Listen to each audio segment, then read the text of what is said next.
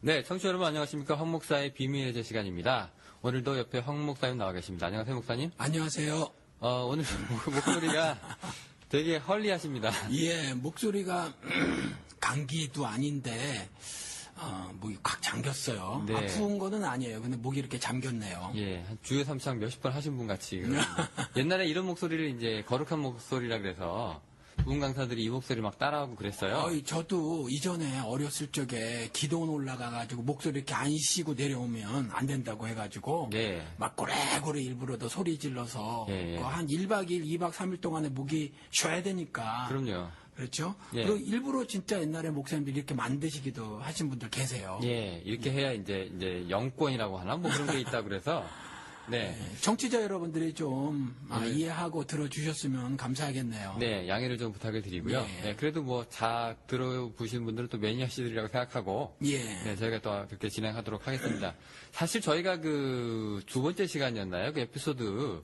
예전에 이제 그리스도인의 정치 참여에 대한 그 항목이 있었어요. 예, 있었죠. 있었는데 그때 우리가 뭐라 그랬냐면, 기억나시는지 모르겠는데, 이제 제가 그렇게 물어봤었죠. 우리 기독교인으로서 이 정치에 참여한 이 목소리를 내는 게, 이 합당한 일이냐라고 이제 그런 질문들을 제가 많이 던졌었는데, 예. 그때 당시 목사님 대답이, 예, 그렇다라고 네, 하는 가능하다. 거죠. 예, 네, 왜냐하면 네. 신앙생활의 터전이 예배당이 아니라 세상이 되어야 함을 그리스도께서 말씀을 하고 계셨잖아요. 그래서 빛과 소금으로 세상에 살아야 한다라고 네. 하셨으니까 정치, 경제, 사회, 문화, 체육, 예술 모든 삶의 영역에서 적극적으로 참여를 하고 진출을 해서 살아야 하는 것이 하늘 뜻이다 이렇게 말씀을 전해드렸죠. 네.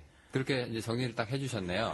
네. 근데 이제 오늘은 이제 사실 그때는 이제 개인 자격으로, 그죠? 자신의 예. 이제 정치적인 견해를 펼치는 거는 이제 뭐 옳은 일이고, 네. 또 이를 또 막아서는 안 된다는 그런 입장인데요. 네. 근데 이제 오늘 이 에피소드는 지금 우리 시국과 관련돼서요. 네. 우리 지금 기독교가 보수와 진보를 이렇게 뚜렷하게 양분이 돼서 자기 목소리를 내고 있어요. 예. 근데 이게 기독교계뿐만이 아니죠. 한국 사회 전체가 그렇게 지금 갈라졌어요. 그렇습니다. 안타까운 일이에요. 네, 지금 뭐 많은 두 쪽이나 있는 상황인데요. 예. 근데 이제 우리 이제 기독교 방송이다 보니까 근데 거기도 우리 기독교가 또 영향을 좀 받아서 예. 지금 뭐 진보, 보수 이렇게 나눠 가지고 이제 제가 생각할 때는 사실 진보 보수 얘기도 아닌 것 같은데 예. 어쨌건 이제 이 국정원 이제 댓글 사건, 뭐 부정선거 얘기, 그다음에 이제 하야 논란 뭐 이런 것들이 있습니다. 근데 보니까 지금 정확하게 두 부분으로 이제 갈라져가지고 자기 목소리를 내고 있거든요. 그래서 저는 오늘 이제 목사님 얘기를 좀 듣고 싶은 게, 예. 둘 다 자기 목소리를 내는 것은 오케이. 그러면 네. 그 두 개 중에서 어떤 게 진짜입니까? 목사님 입장에서는 어떤 게 더 하나님의 뜻에 걸맞는 또 빛과 소금의 역할을 하는 겁니까? 라는 이제 네. 목사님의 의견을. 일단 이거는 짚고 넘어가자고요. 우리가 이제 기독교 방송이고 네네. 또 기독교 내에서도 이제 그 목소리가 둘이잖아요. 네. 근데 기독교뿐만이 아니라 우린 철저하게 이제 기독교인으로서의 대화를 나누는 거예요. 그래서 비기독교인은 동의하지 못하실 수도 있고 또 기독교계 안에서도 또 한쪽에 다른 쪽의 분들은 또 다른 생각을 가지신 분들은 동의를 죄송합니다. 못하실 수도 있어요. 그런데 일단은 이거는 하나 짚고 넘어가자고요. 기독교는요, 공산주의자들하고 공산주의하고 맞지를 않아요. 그러니까 그 기독교인에게 종북하는 건 좀 가당치 않은 말이다라는 거죠. 그 자체로 그래서 말이 업혀져 있는 건가요? 사회에서 예를 들어 저 같은 경우도 무슨 좌빨이니 뭐 빨갱이니 종북이니 이런 소리 저한테 하잖아요. 그런데 이건 적합하지 않아요. 제가 베트남을 가봐도 오히려 캐톨릭은 별 문제 없어요. 거기 공산 정권하고 별 문제 없는데 저희 같은 경우는 이제 그렇지 않거든요. 저 같은 경우도 처음에 몰랐을 때는 뭐 집회도 하고 그랬지만은 이제 그렇지 않아요. 다시는 그 나라 저를 잡아가 두지는 못해요. 잡아가 두지는 못하지만 더 이상 이제 그 나라에 입국 안 시키고 그런 일이 있단 말이에요. 이와 같이 기독교 자체는 공산주의가 굉장히 싫어해요. 그들이 우리를 싫어하는데 그들이 우리를 부정하고 있는데 우리 입으로 그들이다 뭐 종북주의자다 아니면 뭐 빨갱이다 뭐 이렇게 말하는 건 그건 그냥 굉장히 옳은 이야기가 아니에요. 정확하게 말하는 것이 아니어서 사실은 그런 말 자체는 좀 하지 말아야 한다라는 거죠. 네, 그 종북 프레임에 가둬버리면 솔직히 사람이 이제 거기서 헤어날 수가 없는 건데요. 특히 우리나라 한국은 그렇죠. 특별히 그런데 이제 그런 이제 시각으로 상황 가운데서 이제 일이 벌어지고 있는 거예요. 한국에서 각 네네. 사회에서 특별히 이제 우리 오늘 하고자 하는 것이 지금 저한테 물어오시는 것이 그거잖아요. 이제 기독교계에서 뭐 사회 다른 전반에서도 마찬가지지만 두 가지 극명하게 다른 의견이 있다라는 거잖아요. 네네. 그랬을 때 분명히 성경에는 그런 건 그렇고 아닌 건 아니라고 입장 정리를 분명히 하라고 하셨는데 네네. 둘 중에 하나는 잘못됐다는 거죠. 둘 중에 하나는 옳은 것일 것이고. 예, 분명 그 오늘 말씀이시잖아요. 둘 다 옳다라고는 말씀 안 하실 거죠.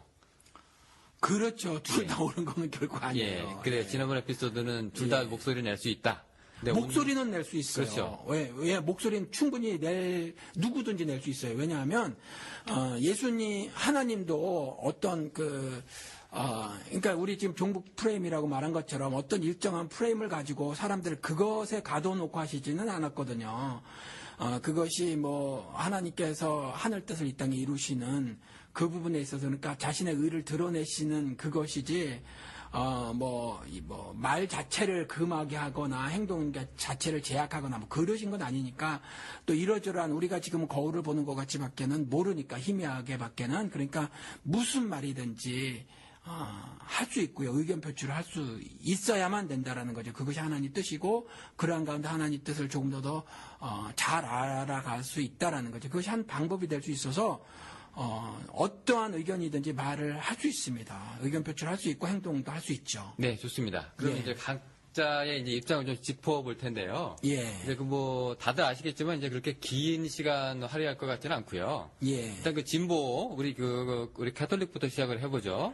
예, 천주교 정의구현 사재단 시국미사가 있었고요. 예. 이 사람들이 이제 국가정보원 선거 개입 예. 기독교 이렇게 해가지고 그렇죠. 박근혜 대통령의 사퇴를 요구했습니다. 예. 명백한 부정선거임이 분명하다.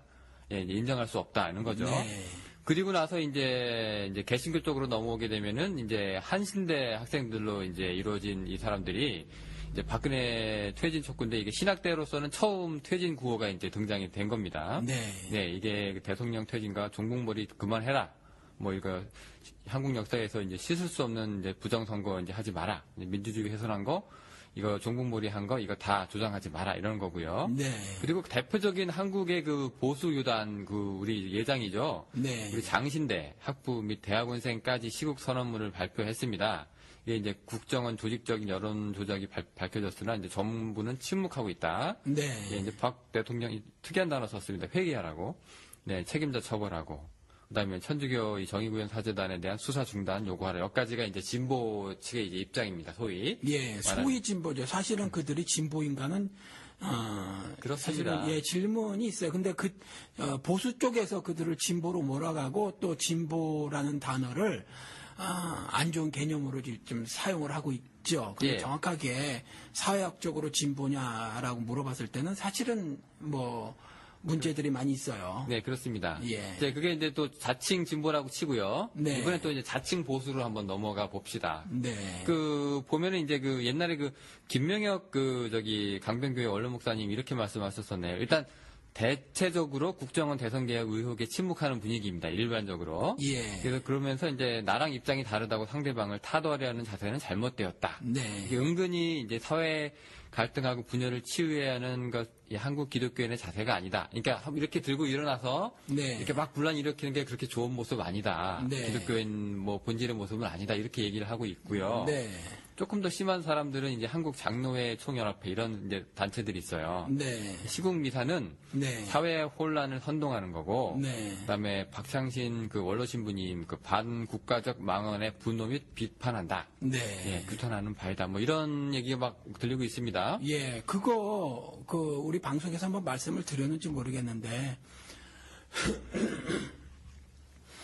일본 총독이 한 말이에요. 사실은 일본 총독이 오래전에 말이죠. 일본 강점기 시절에 우리나라를 지배하고 있었고, 우리나라 사람들을 통치 개념하에서 정말 입 다물고 총독부에서 시키는 대로 따라와라고, 자신들과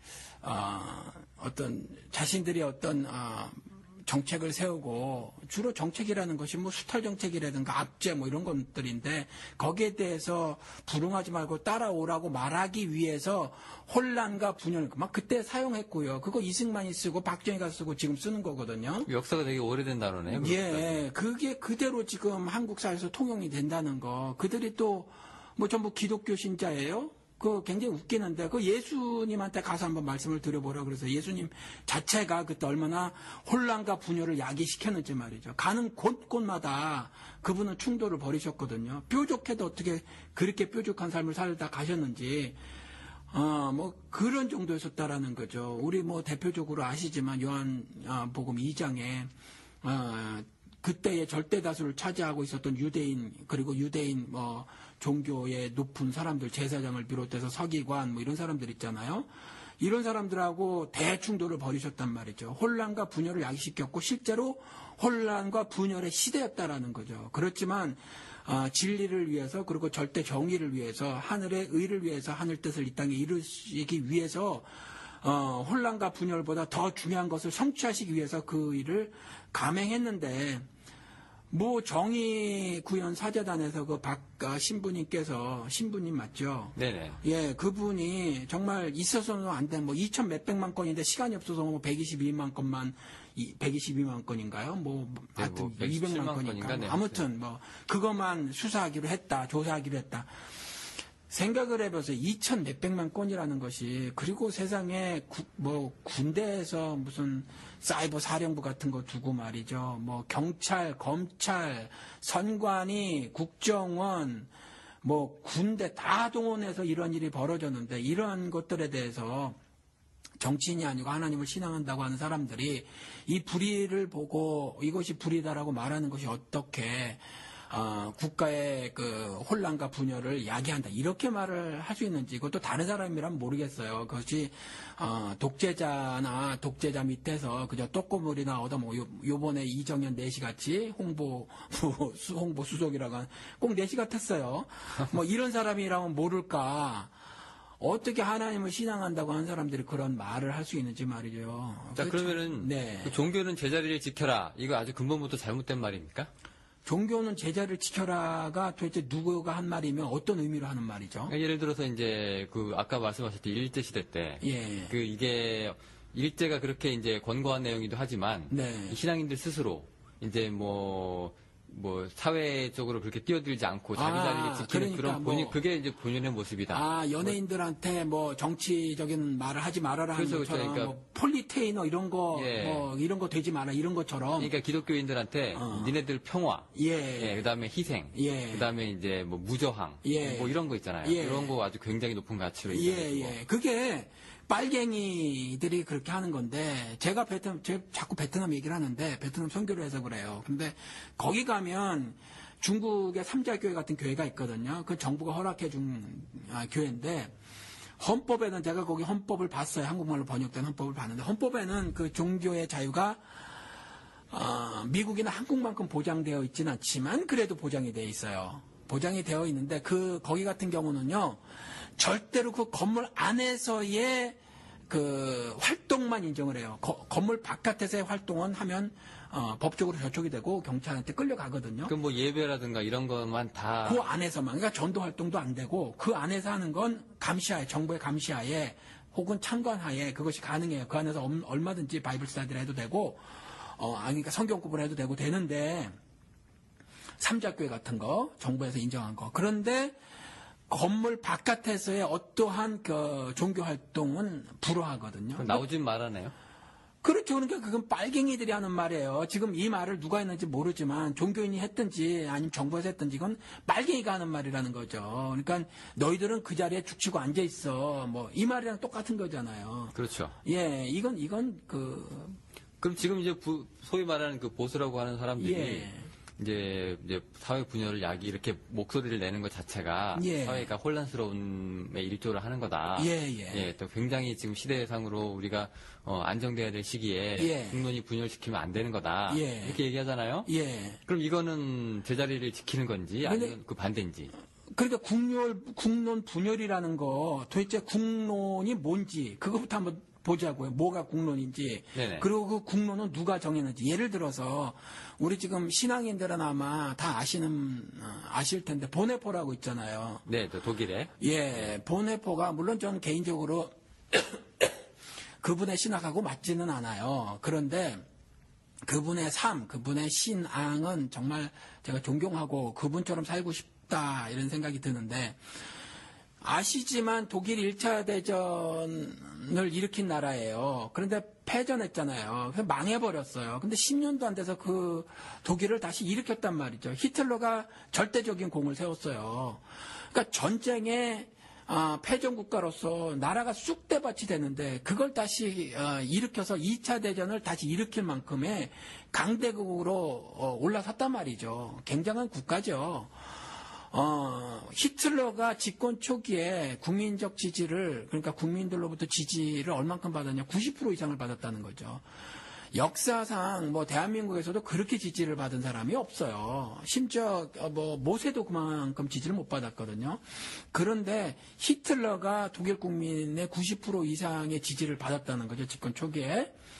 근데 집권 초기에 무슨 법을 만들었냐면 그게 법은 아니고 법 이름은 따로 있어요. 아무튼 공무원들의 계급을 새로 정하려고 하는 어떤 법 이름이 따로 있는데 그게 아리안 뭐라고 해요. 그게 뭐냐면 앞으로 공무원은 그 아리안족이 아니면 할 수 없다 이거예요. 그러니까 현재 공무원을 하고 있어도 혈통적으로 아리안족이 아니면 할 수 없다는 거예요. 이 법을 4월 7일을 기해서 이제 발효를 시키려고 하고 있었다는 거죠. 그때 교회는 국가교회였고, 지금도 마찬가지지만 독일은, 그래서 목사가 공무원이고, 현재 예를 들어서, 그때 이제 물론 주 타켓이 유대인이긴 했어요. 그래서 현재 유대인이 목사라면, 공무원이니까, 그 교회에서 쫓겨나야 되는 그런 일이 벌어진 거죠. 근데 신앙적으로 말이 안 되잖아요. 그런데 절대다수의 독일 국민이 지지하고, 그 다음에 절대다수의 국가교회들이 또 히틀러 정권에 그걸 지지하고, 이때 보는 분연이 일어났다는 거죠. 뭐냐 하면, 교회라는 것이 하나님 말씀을 받는 곳이다. 그러니까 하나님 말씀 받는 곳에서 교회냐 아니냐가 판명이 된다. 이렇게 말을 했어요. 이 말이 하나님 말씀대로 따라 살아가는 것이 교회입니다라는 말이 지금은 굉장히 평범한 말이고 진리의 말인데, 당시 히틀러 정권 아래서는 그게 체제 도전적 말이었다는 말이죠. 거기다가 그 체제는 어떤 체제였냐면, 국민의 절대 다수, 그리고 또 기독교의 절대 지도자들의, 다수의 지도자들에게 지지를 받는 그런 정권이었거든요. 거기에다가 그렇게 한 거예요. 그러니까 그런 법을 만들면서, 히틀러, 나치 정권이 내세웠던 게 뭐냐면 통합이에요. 그러니까 전부 다 내패가 되라는 거거든요. 내패가 되라. 그게 국론이에요. 그러면 박근혜 씨도 대통령 되기 전에 함께라는 단어를 썼거든요. 박정희도 마찬가지로 그런 것들을 다 썼다면 독재자들이 북한의 김일성도 마찬가지로 그 통합 정책을 쓰기 마련이거든요. 그러니까 전부 내패가 되라는 건데 지금 국론 분열이라고 말했을 때 그 국론을 누가 만들었냐라는 거죠. 국민 절대 다수가 만드는 거냐? 아니면 정권을 진 자기들이 만들어서 국민들이여 전부 나와 한패가 되자 이렇게 말하는 거냐. 그러면 당신들과 한패가 되기 싫소라고 말하면 그걸 국론 분열이라고 말하는 것이다라는 생각이 저는 든다라는 거예요. 일단 국론이라는 단어의 뉘앙스가 지금 굉장히 부정적이시잖아요. 그러니까 역사적으로 이러한 일들이 제가 지금 히틀러 얘기를 들으면서 이제 한 건데 뭐냐면 도대체 그들이 말하고 있는 국론의 실체가 뭔가 그걸 한번 보자는 거죠. 그러니까 어떻게 보면은 이제 그 독일 히틀러 치하에서는 보네퍼 같은 사람이 이제 오히려 국론을 분열시키고 그렇죠. 체제에 항거하고 그렇죠. 자기 목소리를 내는 이 사람이 이제 지금 와서는 이제 진짜 그리스도인이라고 평가를 받고 있는 건데. 그렇죠. 당시에는 결국 그래서 독일이 패전하기 얼마 전에 결국 보네포는 40살이 되기도 전에 처형을 당했단 말이에요. 그때 당시에는 쉽게 말해서 뭐 아시지만 무솔리니와 더불어서 히틀러는요. 그 반공주의자였어요. 굉장한 반공주의자였기 때문에 아마 히틀러 같은 지도자가 한국에 있다면 경제 부흥시켰지, 반공주의자지, 굉장한 지도자가 될 텐데 히틀러 지금 아시죠? 뭐 단순 부역자까지라도 지금 독일에서는요. 그 뭐라 그러죠? 뭐 범죄를 저지르면 공소시효가 없어요. 그 나치 부역자들은 단순 가담자까지 그 다 처형해 버리거든요. 그런데 그렇게 경제도 부흥시키고 말이죠. 반공주의자였고 한 그 사람을 지금 현재 독일 국민은 그렇게 여기고 있는데 이전엔 어땠냐 하면 이전에는 그와 같이 너무나 지당하고 진리인 그 말을 한 보네포를 잡아다 죽이는 것이 그 정권이었는데다가 그것에 대해서 절대 지지를 보냈던 것이 독일 국민이었다라는 거죠. 그렇지만 분명하게 많은 사람이 그렇다고 해도 옳고 그른 뭐 많은 사람이 그렇다고 해서 진리도 아닌 거 옳은 것도 아니라는 거죠. 그래서 지금도 마찬가지로 만약에 절대 다수인지 모르겠지만 다수라고 하더라도 그것이 이것이 국론이고 우리가 말하는 것이 국론이고 그래서 따라야 한다. 이것을 따르지 않은 거 국론 분열이고 또 혼란을 야기하는 거다라고 말하는 것 자체가 역사에서 보면 네. 그건 수용할 수 없는 말이다라는 말씀을 사실 드리는 그 거죠. 국가가 주장하는 그 이데올로기 하고요. 예. 그다음에 성서가 얘기하는 하나님의 법하고 충돌하는 경우가 굉장히 많은데. 그렇죠. 목사 입장에서 국론 분열을 이유로 입을 닫아야 된다고 얘기를 하는 것 자체가 불신앙이죠. 예, 제가 볼 때 조금 그런 느낌이 나거든요. 조금이 아니라 하나님 앞에서 반역을 하는 아주 중대한 범죄를 저지르는 거예요. 그게 도대체 어느 기독교 단체나 어느 목사가 말하는지 전 지금 처음 들었거든요. 영훈 씨한테. 네네. 근데 도대체 그런 말을 누가 했는지 좀 궁금해요. 네, 보통 이제 이렇게 이제 국론 분열 이렇게. 근데 굉장히 이제 또 종북 프레임으로 자꾸 이제 이게 뭐 이슈화를 하는 게 이제 그 박장선 그 신부님, 원로 신부님 이분이 또 했던 그 연평도 포격 발언부터 시작을 했었고 이런 걸로 또 타겟을 몰아가지고 예. 자꾸 이제 희석하고 물타기를 하잖아요. 네. 네, 이렇게 해가지고 본질을 자꾸 흐리는 경우가 있는데. 물 없이 못 사는 정권인가요? 심심하면 물대포 쏘고 또 언론은 물타기하고 물하고 연관이 많은데 성경에서는 예수 생명수 빼고요 물이 그 사망 혹은 멸망 아니면 환란 뭐 이런 뜻이라 별로 좋지 않아요. 예. 네, 알겠습니다. 물 좋아하는 정권 별로 좋지 않습니다. 네. 그 교황청도요, 얼마 전에 외방성교회 산하 그 아시아 뉴스에서. 예. 이제 이 신부님 얘기하면서 이제 지금 천주교 카톨릭 이분이 이제 국가의 적이 됐다고 이제 굉장히 우려를 나타내고 있거든요.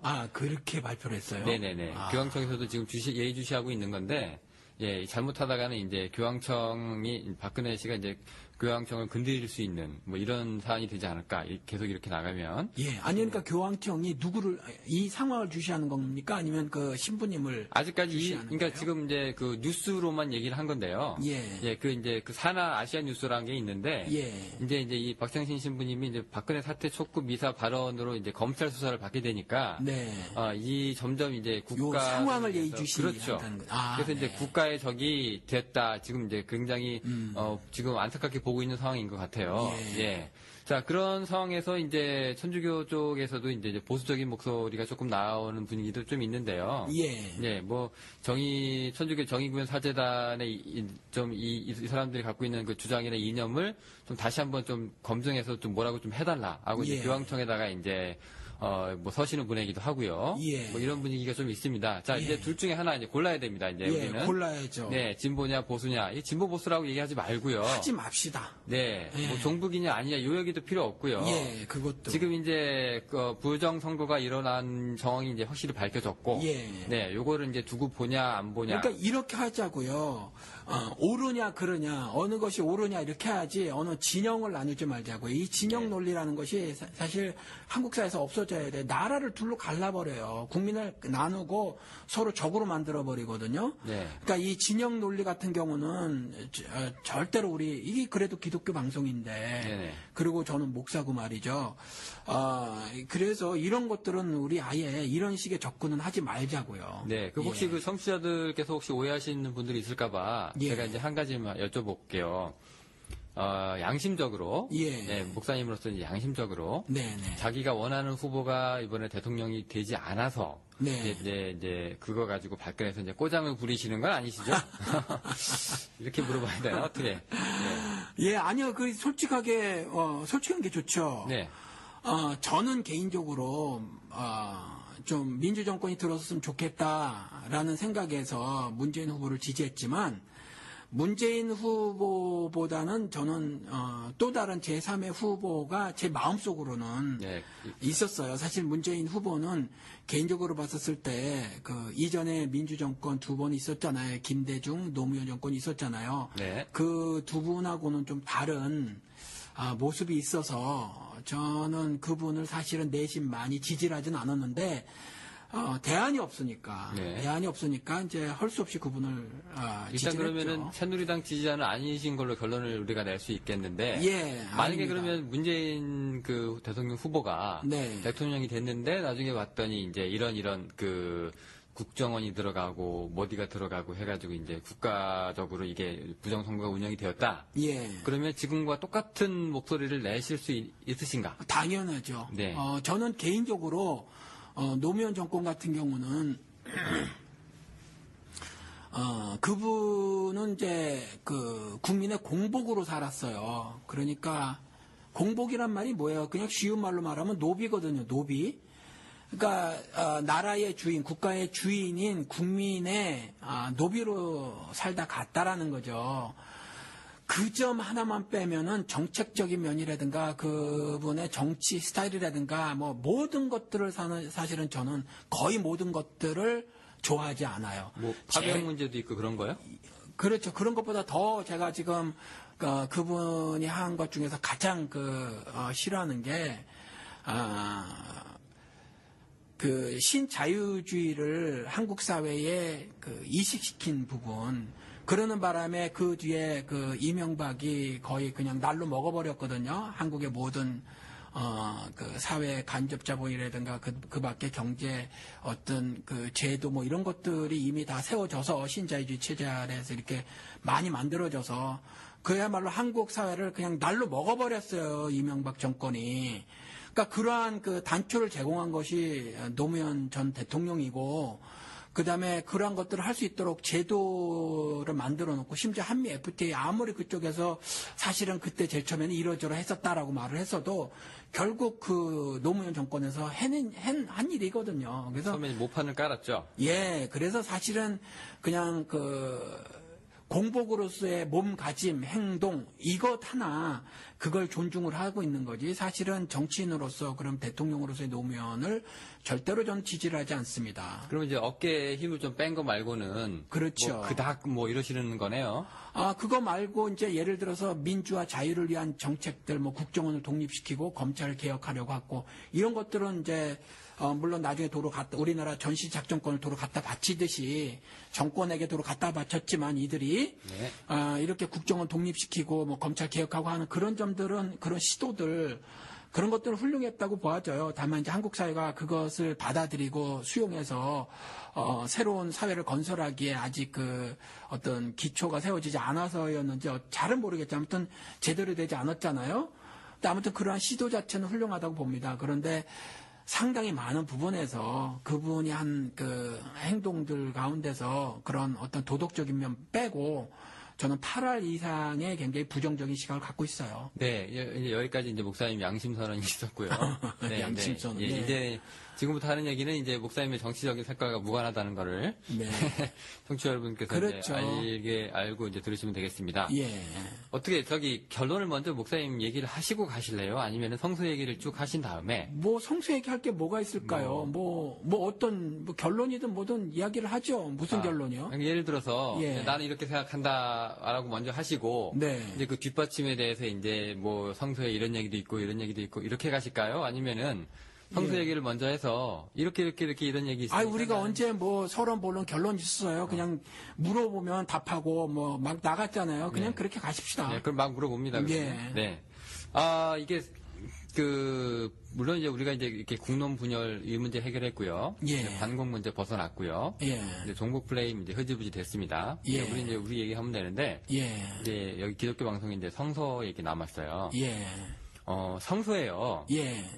이렇게 이제 부정한 일에 항거하고, 예. 뭐 이런 개혁적인 일, 예. 그다음에 이제 뭔가 뒤집어 엎는 일, 예. 그다음에 자기 목소리를 내는 일, 예. 이런 거에 대한 충분한 성서적인 근거가 있는 그런 구절들이 예. 곳곳에 좀 숨어 있을 것 같긴 한데요. 예. 뭐 하나 예를 들면 이제 어디부터 우리가 한번 돌아볼 수 있을까요?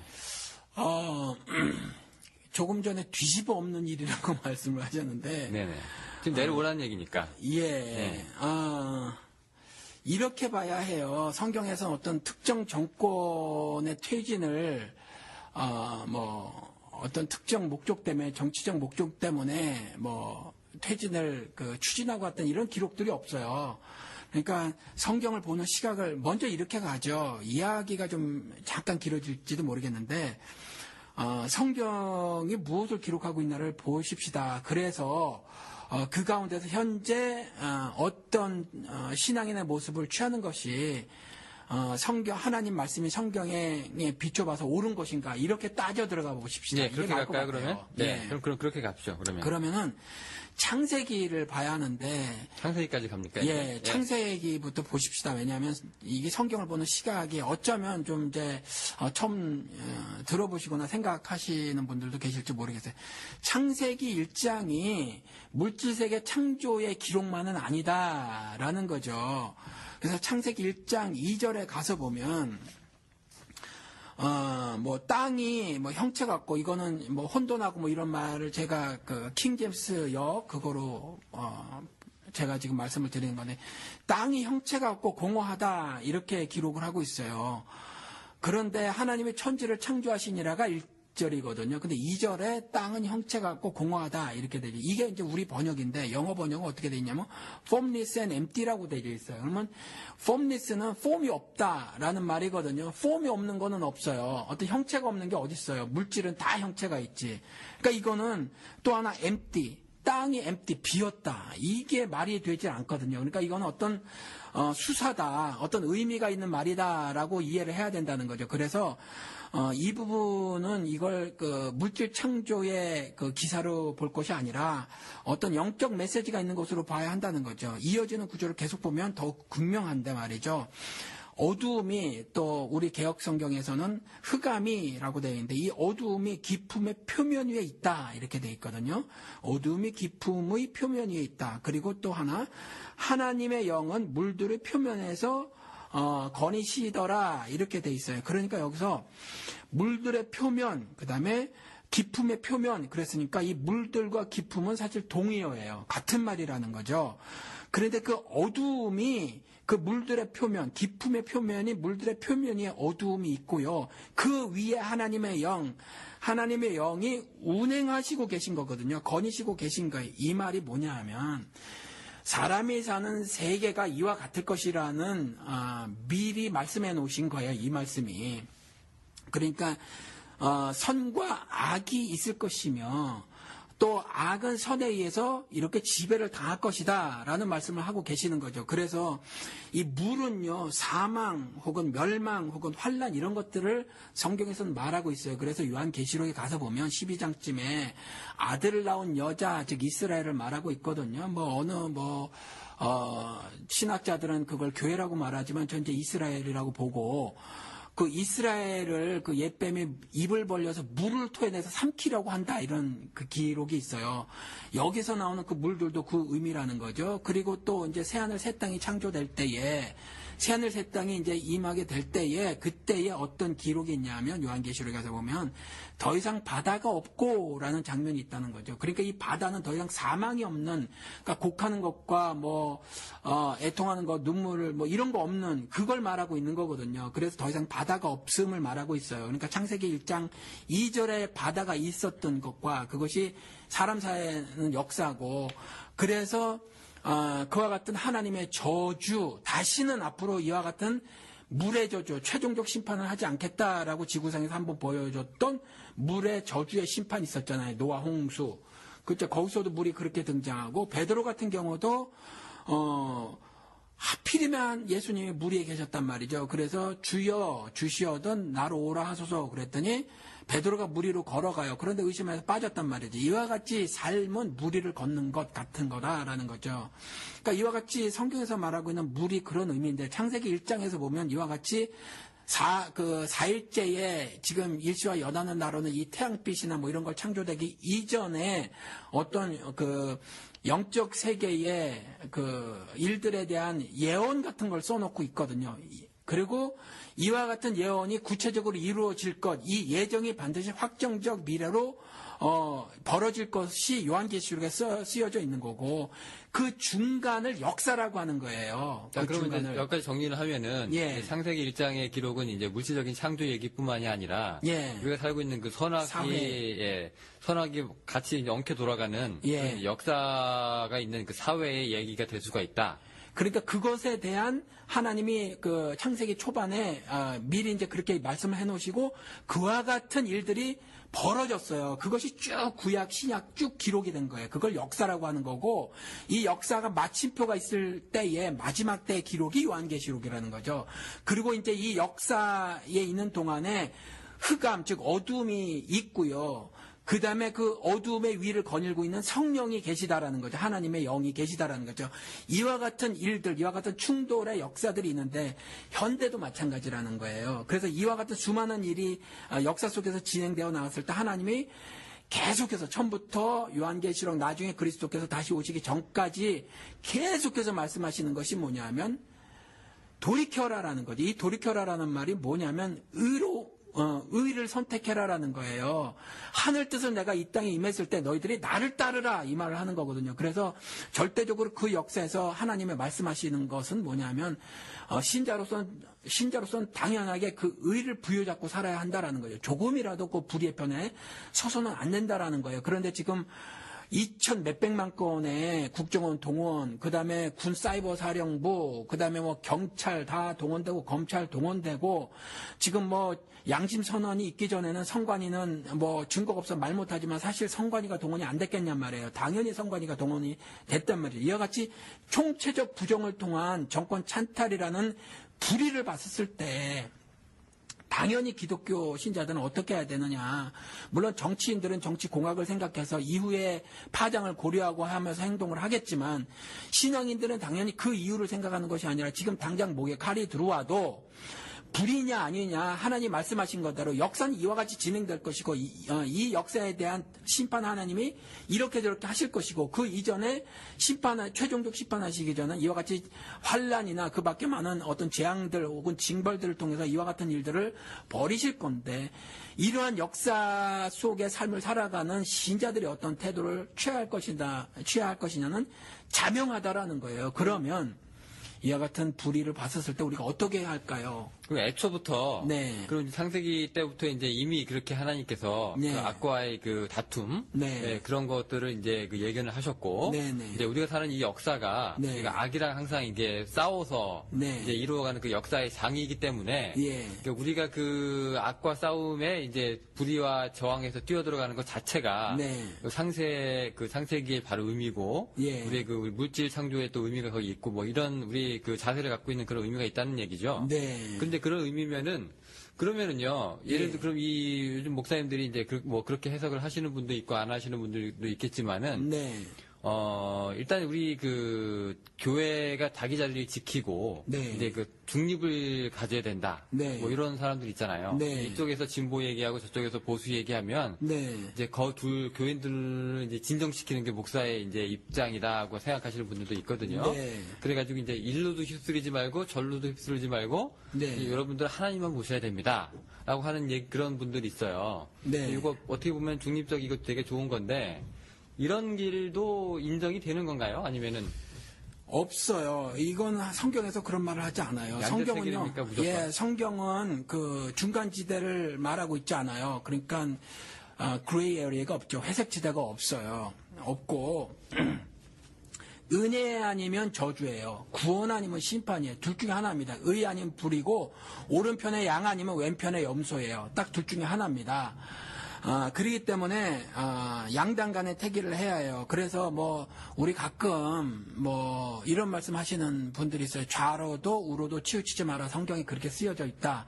이렇게 말을 하는데 이건 중용을 말하는 것이 아니에요.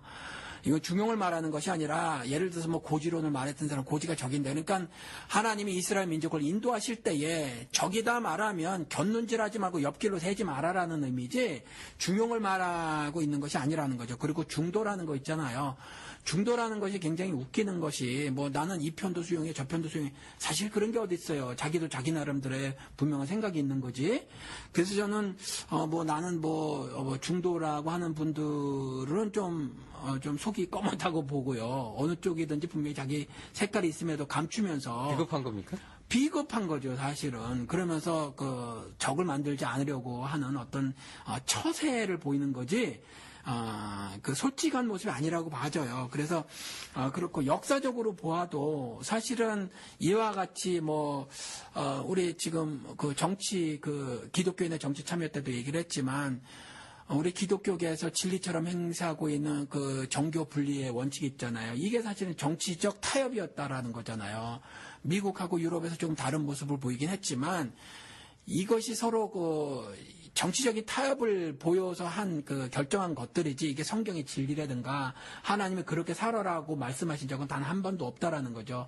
오히려 하나님은 말씀드린 것처럼 적극적으로 우리 삶의 터전이 세상이 되어야 하고 어두운 세상의 빛으로 살아야 하고 썩어가는 세상의 소금으로 살아야 한다라고 말씀을 해놓고 계시고 예수도 직접 이 땅에 오셔서 회당 안에서만 있으셨나 그런 시간은 오히려 적다라는 거죠. 들로 산으로 나가시고 시장 어귀에서 말씀을 전하시면서 그들과 함께 호흡을 하고 죄인들과 함께 먹고 마시고 그렇게 살으셨다는 거예요. 그곳에서 빛으로 살다 가신 모습을 보여주셨으므로 우리가 적극적으로 이러한 일에 나서는 것이 오히려 바람직한 성경을 통해서 말씀해 놓으신 신자의 삶이다.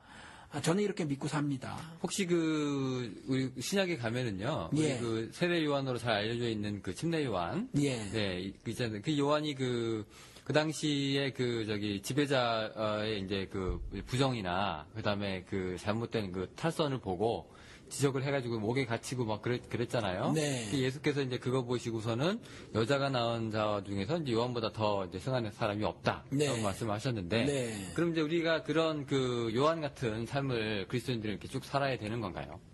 그렇죠. 그러니까 그때 이제 절대 권력을 쥐고 있었던 사람들이 누구냐 하면 유대인 종교 권력자들이거든요. 이 사람들이 성경을 통해서 보면 우리가 흡사 이들이 어떤 종교적 높은 자리에만 앉아 있는 것으로 우리가 알고 있지만 사실은 이들은 정치 권력을 또 가지고 있었단 말이죠. 그러니까 재판을 제사장이 하니까 다 가지고 있었던 거예요, 권력을.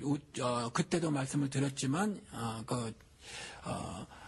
입법, 사법, 행정의 모든 정권을 다 가지고 있었기 때문에 사실은 그들에게 항거한다는 것은 단순히 종교적 항거를 하는 것도 아니고 종교적 어떤 예를 들어서 내려오고 있던 전통에 대한 반대만을 하는 것이 아니라 그들에 대해서 반대 입장에 섰다고 하는 건 그들이 행했던 모든 정치적 어떤 그 밖에 다른 모든 부분에 있어서 대척점에 서서 맞섰다라는 거거든요. 그러니까 그런 기록이라든가 예수 그리스도의 어떤 행함의 기록 같은 것들은 그 의미를 다 포함하고 있다고 보아야 정확하다라는 거죠. 요한의 메시지가 저는 이제 굉장히 두려운 게요. 예. 모든 사람을 다 받아줄 것 같이 요단강에서 세례를 베풀었지만 네. 정작 이제 바리새인들이나 이렇게 사두개인들이 와가지고 세례를 받으려고 하니까 이제 거부했죠. 그렇죠. 뭐라 그러고 예. 독자 자식들이라 그러고 예. 누가 니네들 보고 이렇게 해서 심판을 피하려고 하느냐. 아예 그냥 딱 선을 그어버리잖아요. 예, 그게 이제 가짜들을 말한 거거든요. 그 사람들이 하나님을 신앙한다고 말하는 사람들이잖아요.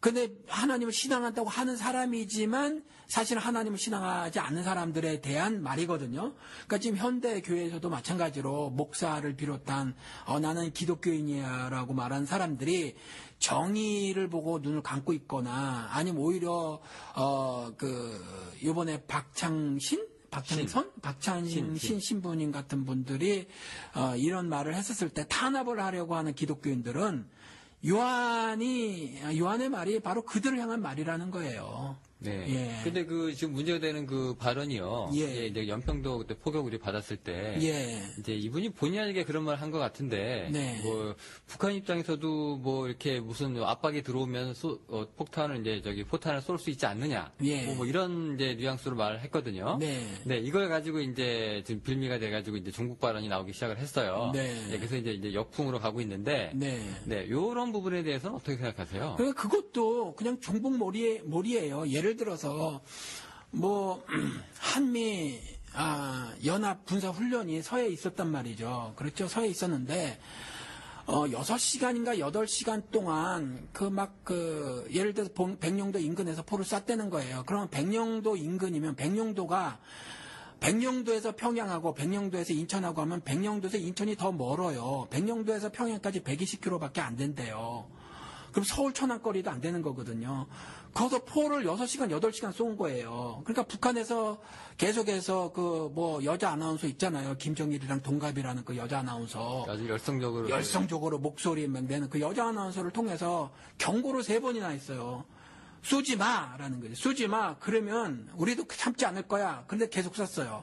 또 쏘지 마 그랬어요. 근데 또 쐈어요. 쏘지 마. 그랬는데 또 쐈거든요. 그 연평도 포격한 거예요.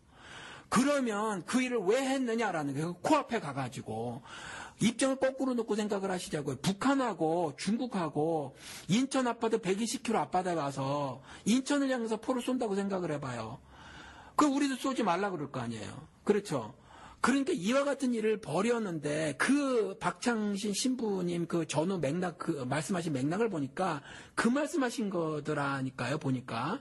근데 그걸 갖다 거기서만 말이 그렇잖아요. 앞뒤 잘라 먹으면 오해할 수 있는 거. 그러니까 그 말도 그렇게 해서 종북몰이를 하는 거지. 실제 그 말씀의 의도는 그게 아니라는 거죠. 평화 기조를 유지해야 한다라는 말이었어요. 그분 말씀이 보니까. 예를 들면 김대중 노무현 정권 때 평화 기조를 유지했지만 북한에서 잘못했었을 때 어떻게 했죠? 정말 맞서가지고 배 하나 침몰시키고 검은 연기 다 내고 도망갔잖아요. 네. 근데 이명박은 뭐예요? 북한 고립정책 펴고 그러면서도 전혀 확전을 막겠다 그러면서 말이죠. 그렇게 죽고 말이죠. 40명이 넘는 사람이 평생 불구가 됐거든요.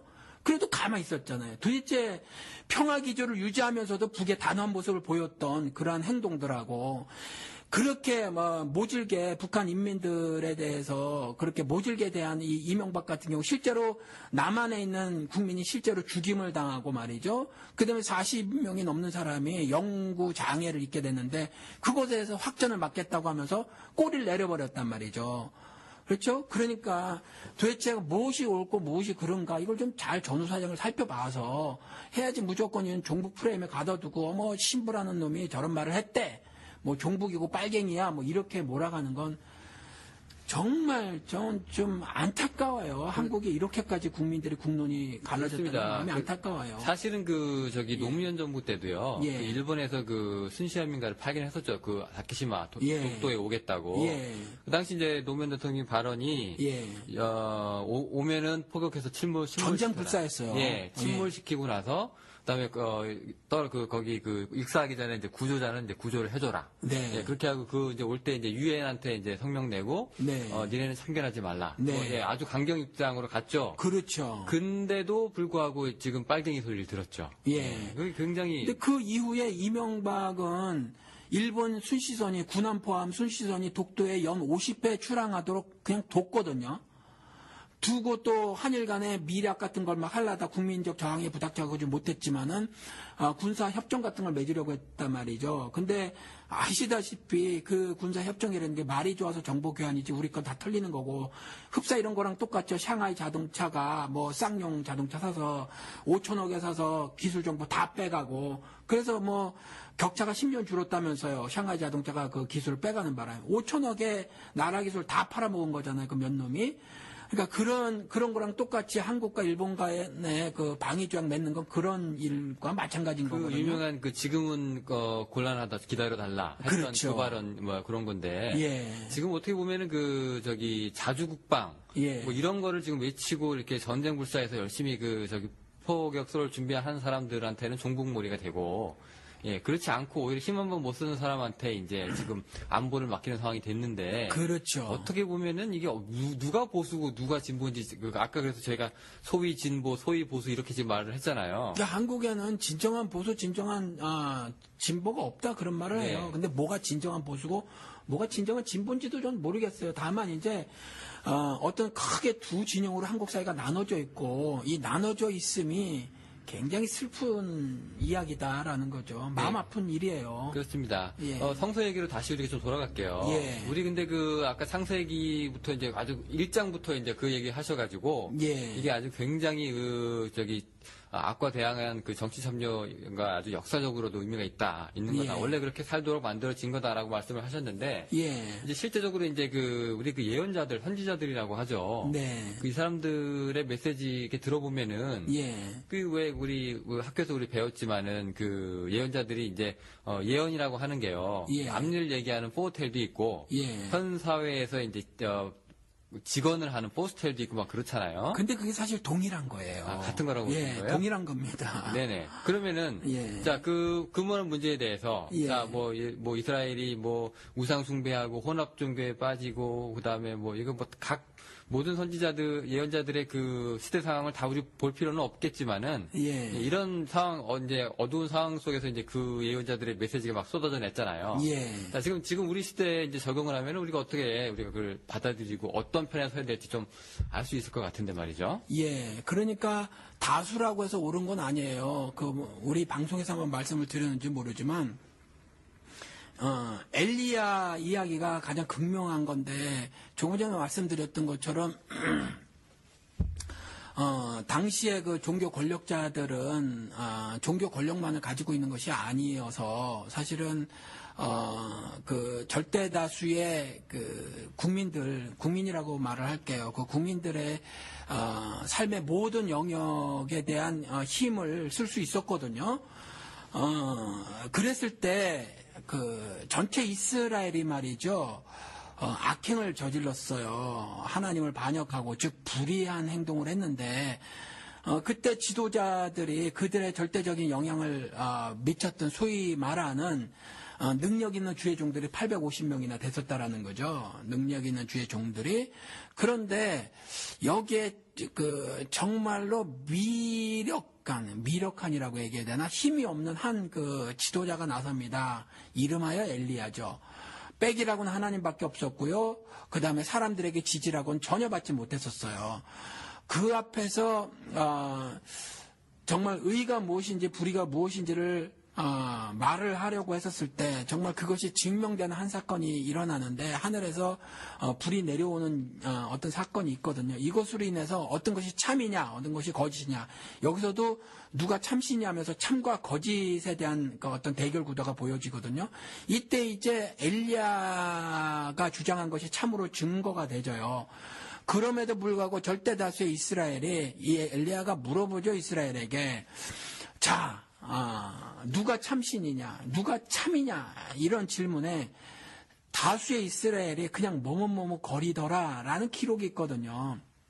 그러니까 다수라고 해서 옳은 것만은 아니라는 거죠. 그래서 우리가 분명히 알아둬야 될 것이 역사가 진행되는 가운데 하나님은 꾸준하게 말씀하시는 것이 하나님의 의를 이 땅에 심는 것, 그것을 사랑으로 성취하시는 것, 그것이 하늘 뜻을 이 땅에 이루시는 것인데, 그러니까 하늘 뜻을 이루신다는 건 하나님의 자신의 의를 이 온 세상에 드러내시는 거예요. 그걸 성취해내시는 거예요. 그러면 그것을 성취해냄에 있어서는 우리 같은 그 하나님을 따르는 자들을 사용하신단 말이에요. 그러면 우리 같은 사람들은 우리 같이 하나님을 믿는다고 한 사람들은 그 성경의 그 예를 들어서도 말이죠.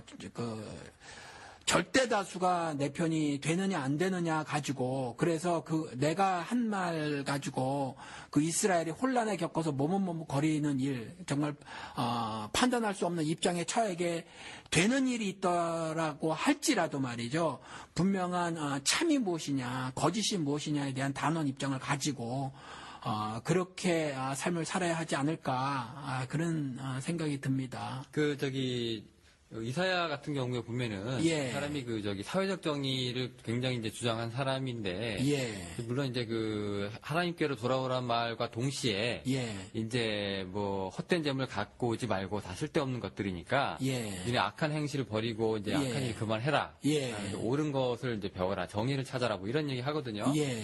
그러면 이제 이 이사야서에서 우리가 하는 얘기가 예. 우리가 이 시대에 적용해 볼 때 그러면은 우리가 과감하게 지금 일어나는 이런 시국선언에 동참을 해가지고 예. 우리가 하나님의 뜻이 이것이다라고 하는 것 그것을 보여주는 것이 네. 이스라엘 말에 우리가 동참을 하는 건지. 예, 그런 거죠. 그러니까 조금 전에 말씀드린 것처럼 인류 역사는 이렇게 진행될 것임을 창세기에 이미 말해놓고 있고요. 근데 궁극적으로 그것이 성취가 되는 것이 요한계시록에 기록이 되어 있고 그 사이 그것을 역사라고 한다는 거죠. 역사가 히스토리라는 영어 단어도 있지만 또 다른 말로 human affairs, 사람의 일들이라는 말로도 미국 사람들이 쓰잖아요. 그러니까 사람의 일들이 역사잖아요. 그러니까 사람의 일들을 기록해 놓은 거거든요. 여기에서 극명하게 의냐 불이냐로 나뉘지는데 구약 같은 경우는 말씀을 드렸지만 이제 모형이고 그림자라는 거죠. 모형이고 그림자라는 말이 뭐냐면 거기에 담겨져 있는 의미가 있다라는 거예요. 그래서 실질적으로 경험하는 우리 역사들 있잖아요. 거기에는 사실은 우리가 사회적으로 보고 있는 사회적 정의 정도가 담겨 있는 것이 아니라 하늘 의를 담고 있어야 함을 말하고 있는 거거든요. 그래서 겉모습은 똑같아 보이는데 그때 이사야서에는 그러한 말들이 굉장히 많이 있어요. 그와 같은 자들에 대해서 욕심을 한두 끝도 없이 내는 정권욕이라든가 아니면 무력이라든가 아니면 그 밖에 여러 가지 것들에 대한 욕심을 한없이 내는 사람들을 개라고 말해놓고 있단 말이죠. 그리고 또 여러 가지 구절에서 구약에 굉장히 여러 구절에서 그런 것이 있는데 뇌물은 판결을 굽게 한다. 이렇게 굽어지게 한다. 이렇게 말하는데 솔로몬 재판도 그 얘기거든요. 솔로몬 재판도 하늘 의를 드러내기 위해서 하늘 지혜를 구했고 그거에 따라서 우리의 일상적인 삶에서의 어떤 것이 의냐 불이냐를 재판하게끔 하신 거예요. 솔로몬을 통해서. 그와 같이 이사야서를 통해서도 하나님이 우리 실제 삶에서 나타나는 일들을 구체적으로 언급을 하시면서 일단 불의한 세력들이 가지고 있었던 절대 권력들 같은 것들 이런 것들에 대해서 얼마나 악한 것인가 악한 권력들이 존재하고 있음을 말을 하고 있고요. 또 그것에 대해서 심판이 있을 것임을 명확하게 분명하게 말씀해놓고 계시고 따라서 하나님의 백성이라고 하면 그것들에 대해서 어떤 태도를 가져야 하는가를 말씀해놓고 계시고 그것에 대한 궁극적인 해답이 예수 그리스도에 대한 예표로 그렇게 말을 해놓고 있다라는 거죠. 그래서 예수 그리스도 아시지만 하늘 뜻을 이 땅에 이루러 오셨고 그래서 그걸 다 이루셨다 이렇게 말씀하셨잖아요.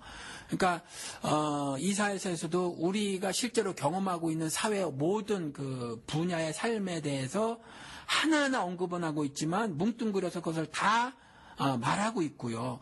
거기에 있어서 악과 불의에 대해서 하나님 분명하게 기준점을 말씀을 해놓고 계시고 또 하나님의 백성은 그러한 실제 삶에 있어서 어떤 쪽에 서야 하는 것인가에 대해서 양당 간에 분명히 결정을 내려야 함을 말을 하고 있어서 이때에 절대 다수의 국민을 지지를 받고 있지도 못하지만 받는다고 하더라도 히틀러 편에 서면 안 되는 것처럼 그리고 북한의 김일성이나 김정일이나 김정은 편에 서면 안 되는 것처럼 우리가 불의에 대해서는 우리 신자라면 말이죠. 분연히 일어나고 단호하게 아닌 건 아니라고 말할 줄 알아야 한다. 이렇게 이런 말씀을 드리고 싶습니다. 네, 아까 장신대에서 얘기한 사람들이 예. 이제 박 대통령의 회개 요청에서 회개라는 단어를 썼어요. 네. 그러면 이제 우리가 신앙인의 입장에서 회개라는 것이 이제 죄에서 돌아오는 거잖아요. 네.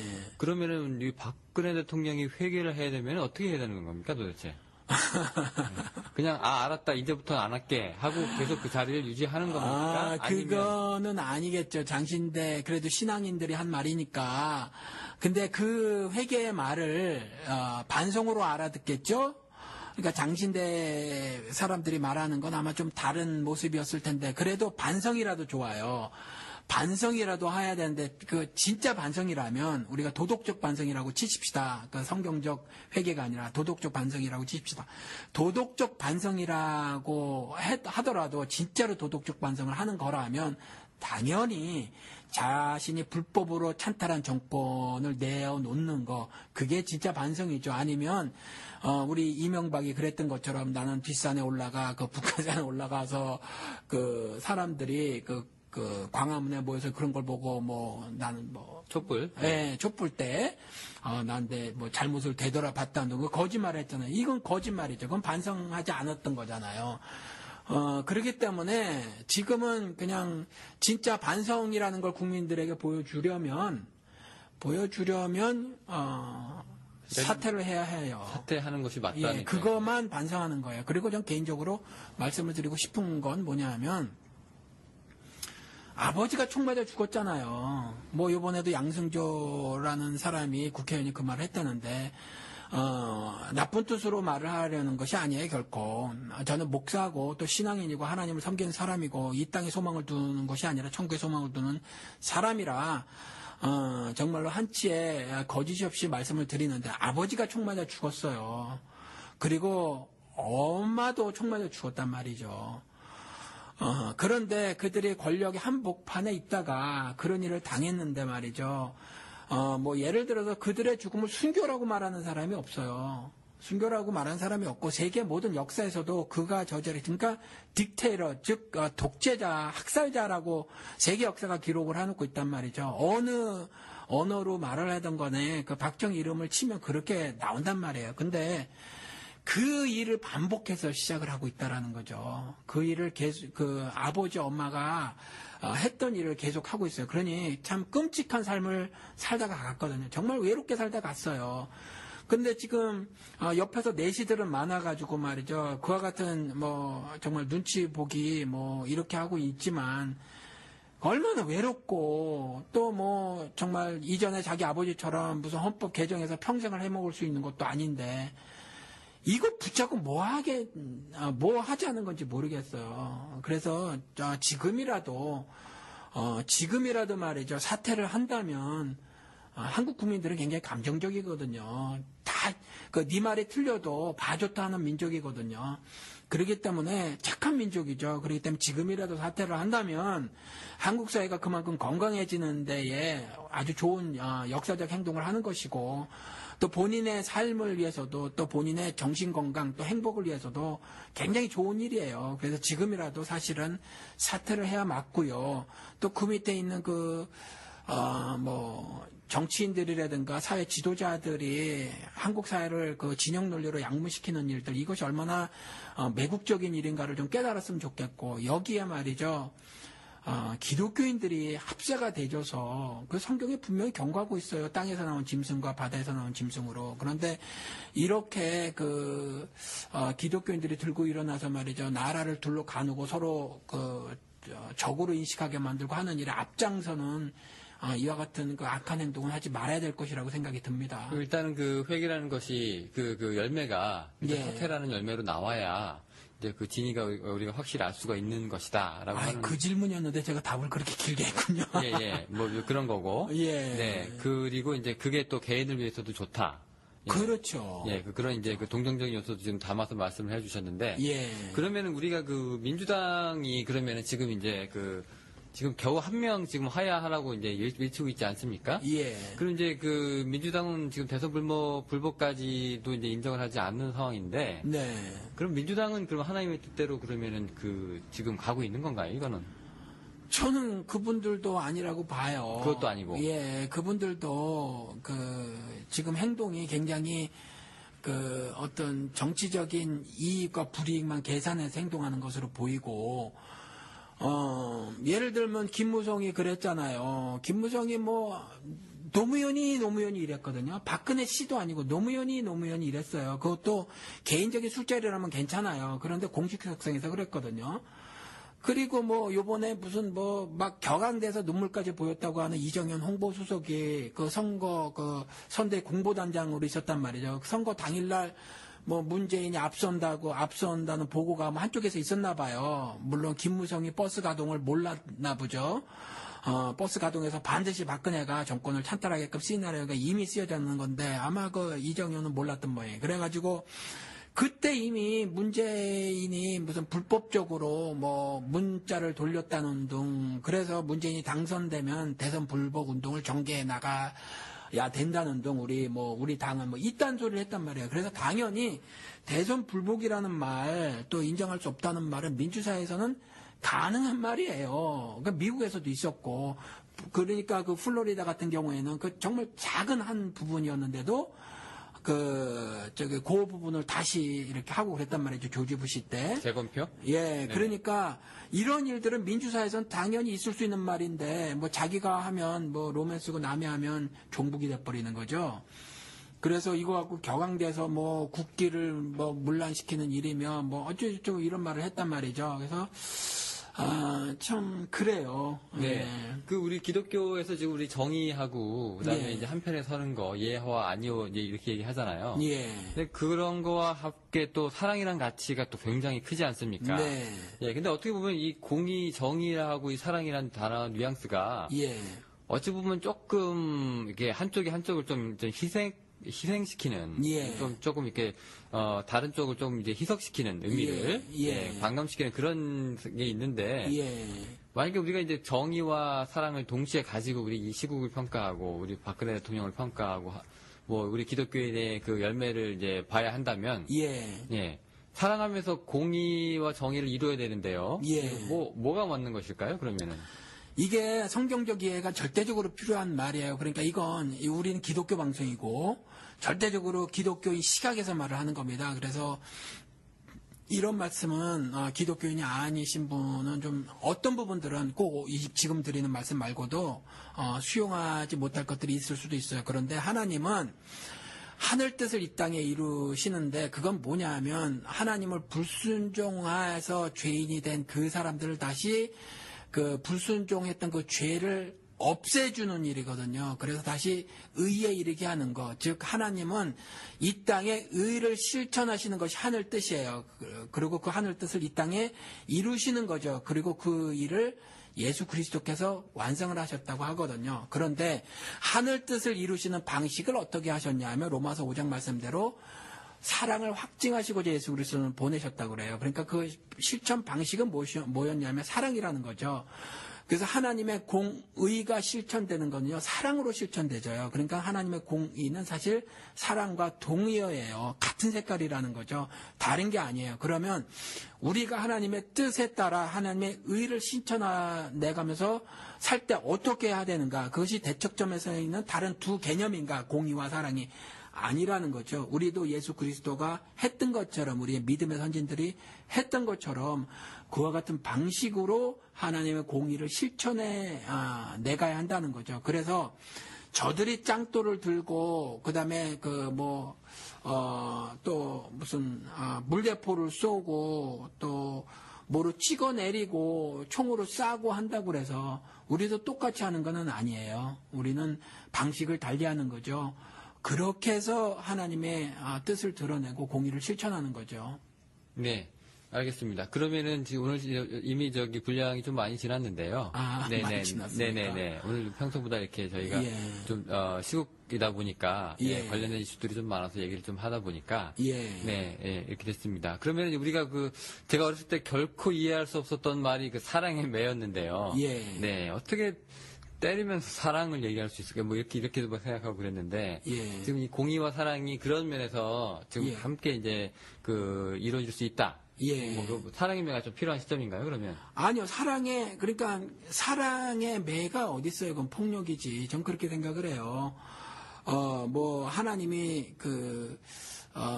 채찍으로 아이들 이야기하시고 그랬을 때 그게 진짜로 폭력을 써라라는 말이 아니에요.